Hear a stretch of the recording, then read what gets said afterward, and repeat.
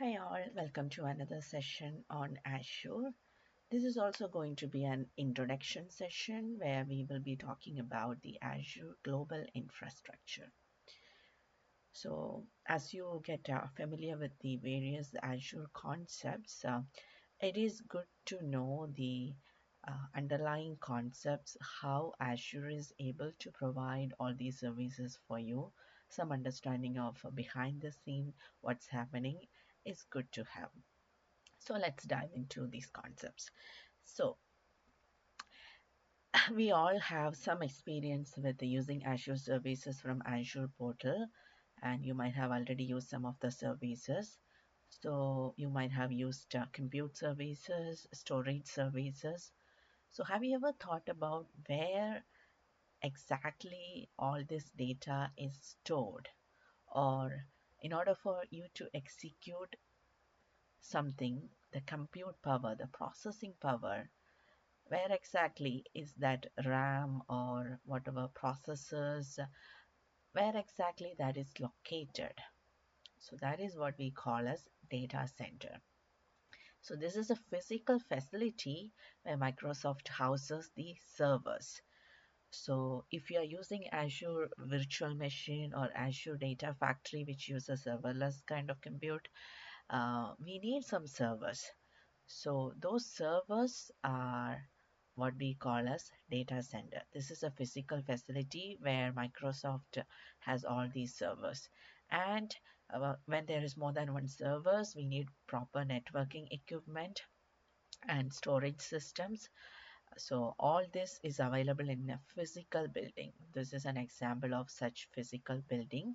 So such a physical building where Microsoft houses all these servers is called as a data center. So this data center has its own power, cooling, and physical security and connectivity.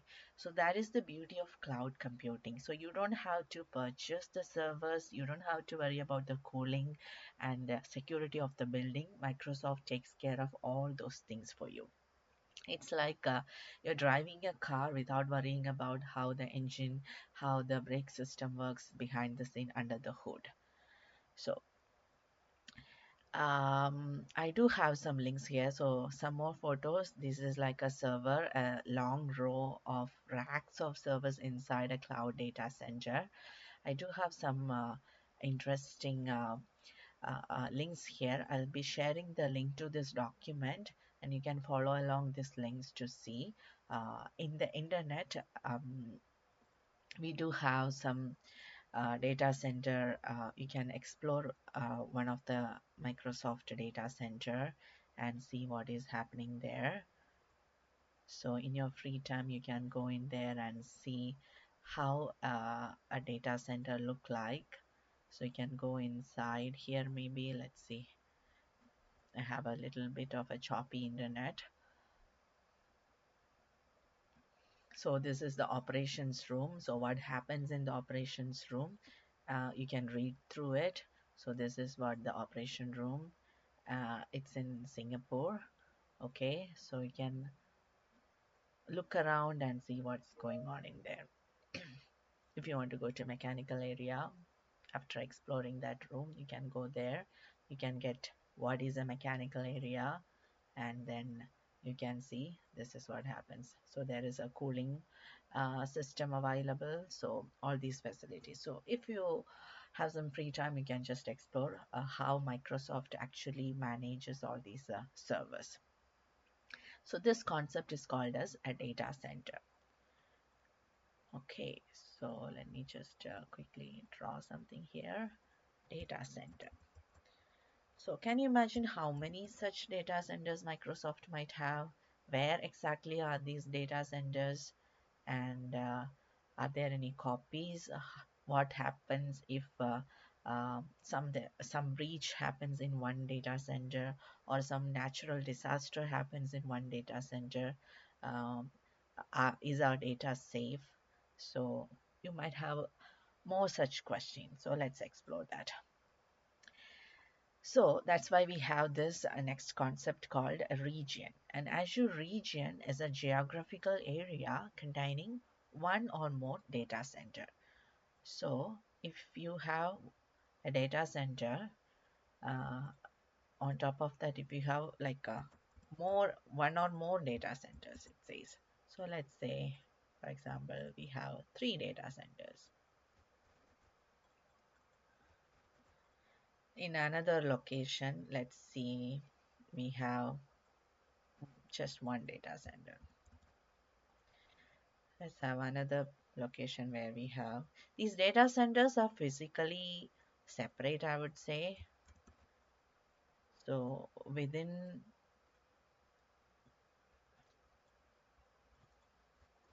a geographical area, in multiple places we have such data centers. So these three places together form a region. So let me show you one more uh, reference here, Azure Global Infrastructure. So this is the global infrastructure. The link to this diagram, this page is also given in the document. So if you explore the map, so here we see Australia. There is Australia East, Australia Central, Australia Southeast. And if we come to, say, for example, India, Central India, if you click Central India, you can see that this location is in Pune location. The physical location is in Pune, and this is data residency is the data is stored at rest in India. So sometimes for some data, for example, financial data, you have a requirement that your customer data shouldn't leave your country. So you don't want your data to be stored somewhere outside India. So if you have such requirements, you should choose a region accordingly. So you should choose maybe Central India so that you know that your data is residing inside the country. Then it says availability zones, available with three zones, and it was opened in 2015. And then what are the compliance standards this availability, so, sorry, this region satisfies. So this is how. So we can see that there are three availability zones. So within a data center, like if we have, in order to be qualified as availability zone, if we have at least three data centers which are physically separate, so not in the same location, in different uh, locations around Pune or around central India, there are three different server facilities. And if you want to have extra security for your data, you store a copy of your data in all the three places. So if one data center is compromised, your data can still be recovered from one of the other data centers. So if such a facility is available, that's when we call it availability zone enabled. But it doesn't mean that all the regions are availability zone enabled. So in India, we can say that there is a region called uh, India Central or Central India, which is in Pune. And then there is also another region called South India Central, sorry, India South, which is in Chennai. So India South, and then there is another region called, I think, India West. India West is in Mumbai.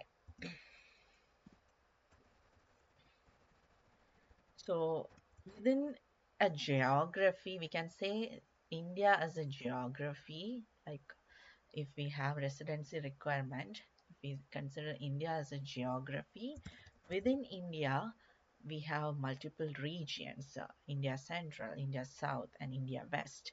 And within each region, we have multiple data centers. And data, this region is availability zone enabled, which means that we have three data centers which satisfy certain conditions. The data transfer within uh, that region is less than 2 milliseconds, something like that. Then data redundancy is there, data residency requirements are satisfied. So it doesn't mean that all the regions are availability zone enabled. If I click South India, it says location is Chennai and residency in India, availability zone Nearest region with zones available is Central India. So that means this region is not availability zone enabled. So that is why when you create any resources in Azure portal, you need to check whether you want that feature, the zone availability zone enabled. If you want to have like more secure storage for your production data, you can enable geo redundant storage.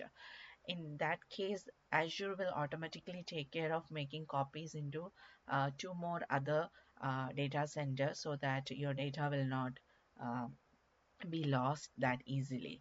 So if you want that feature, then you should not choose South India. You might be residing in Chennai, so that is the closest one to your location. But if you want that um, availability zone feature, then you should choose Central India.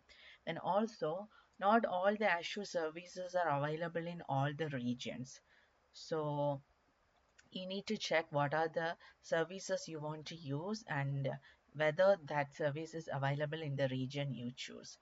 So product availability by region. You can check this link to see view product availability. Okay, so you can see that. Let's go to maybe India, China, Europe, Germany. Okay, India. So if you see, Central India has, if you see a green sign here, that feature, that service is available in that region. So you can see that a lot of these services are not available in South India. Many of them are not available in West India.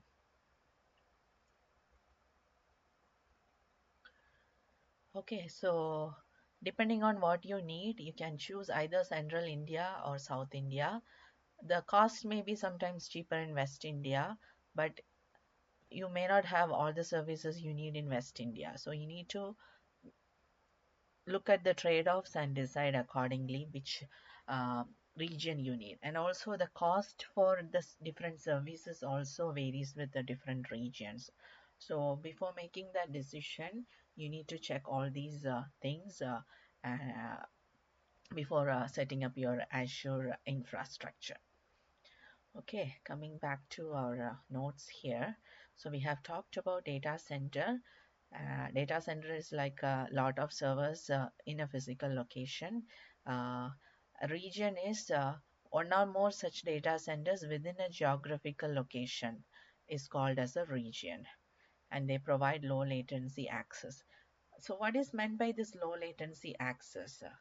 So when you are transferring data between Azure regions, Azure has this something called as Azure Global Network. So this network is the largest backbone network in the world, and this is owned and operated by Microsoft. So if you look at this map here, so something I'm transferring from, um, say for example, North America to India region. It doesn't go through the public internet. Microsoft itself owns the internet, which constitute undersea cables like high quality fiber optic cables. You can look at this map here. Sorry, submarine cable map. You can see that all these submarine cables, undersea cables that connects the different regions of the world. So the data travels through these cables. That's how whatever information we are transferring from one country is reaching the other country. So Microsoft owns that backbone network. A lot of them it owns it, or Microsoft leases those submarine cables. So that is how Microsoft is able to provide this high speed connectivity between its regions and services. So that is what all about region. Then there is another feature called region pairing. So if you want another additional level of security, for example, if something happens in the uh, central India, say for example, I wish it won't happen, but we should be prepared for facing anything. So there is an earthquake in the Pune region. So there is more than one data center, like three data centers around in and around the Pune region. But when there is some major natural disaster like earthquake happens, it is possible that all those could be affected.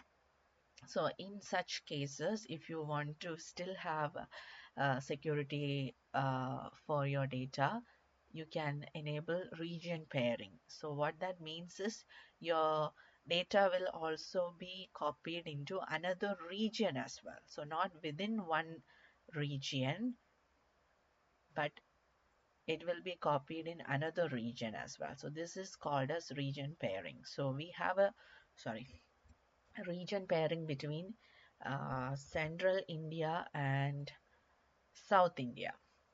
So West India doesn't have a region pairing feature. So if you want to take advantage of central region pairing, then you should choose one of these regions and pair with the other region. Okay, so that is what is region pairing. So this provides disaster recovery, and most of the time the paired region will be within the same geography. So if your um, data has a requirement that the data shouldn't leave India, then you cannot have a region pair outside India. So that is why the region pair is within a geography. So the pair is here between central India and South India. That is to satisfy the data residency compliance. Okay, another example is East US 2 is paired with the Central US. So some best practices while setting up Azure services is you should try to deploy your resource in region close to your users or your data to reduce the latency, the amount of time taken. And for high availability, you can use paired regions or zone redundant services. And when you do these paired regions or zone redundant services, you don't have to manually copy most of the cases. Microsoft will take care of making sure that your data is copied. And then always check region availability. Not all services are available in all region. And if you are going to use different services, for example, Azure Data Factory, Key Vault, etc., try to choose the same region for all the different services in order for you to reduce the latency, and also minimize the egress cost. Egress cost means when something is moving out of your cloud, that is what is called as egress cost. Okay, so this is a summary. So region is a geographical area, for example, Central India or South India. Then availability zone is a physically separate data centers. So there is data centers, but they should be physically separate. So each data center should have its own cooling capability, its own infrastructure, its own security. So physically separate independent data centers within a region, if available, that's when we call it availability zone enabled. Paired region is a secondary region for disaster recovery, and geography is a market boundary. For example, North America, India, country like Australia, etc. Okay, so there is a bonus information here for you. So what happens if you upload a video from Canada and it is watched by users in India? So what happens is, this is not exactly related to Azure itself, just since we are talking about the data traveling and everything. So what happens is, um, if YouTube, if it is a YouTube video, then Google will be the company that we should look into. So Google uses its private network to deliver the content across the continent. So just like Microsoft, Google also has its own private network. So what it will do is, it will use Google's private network to deliver the data, the video, to the nearest. So say for example, someone in uh, Chennai is going to watch this video. So what happens is, from Canada to Chennai, the data travels through Google's private network. And then the last mile delivery, the final delivery from the edge node to the viewer happens via the public internet. So you will be using some internet service provider. So that public network will be used for the last mile delivery. So that is why you are able to get videos with such very limited latency, because the the biggest travel is from moving the data from Canada to Chennai. So that happens through private network. That's why it's very high speed. And then only the last mile delivery is happening through the public internet. So the Microsoft's private global network, it's the cables are like 300,000 kilometer, and it's spread across the planet. So this is how these companies are able to provide high performance, low latency, and enhanced security. Okay, so that's all about Microsoft or Azure Global Infrastructure. So to summarize, we have data centers, which are the physical servers, and then one or more such data centers form a region, and then one or more such regions form a geography. Thanks for watching this video, and stay tuned for more videos on Azure.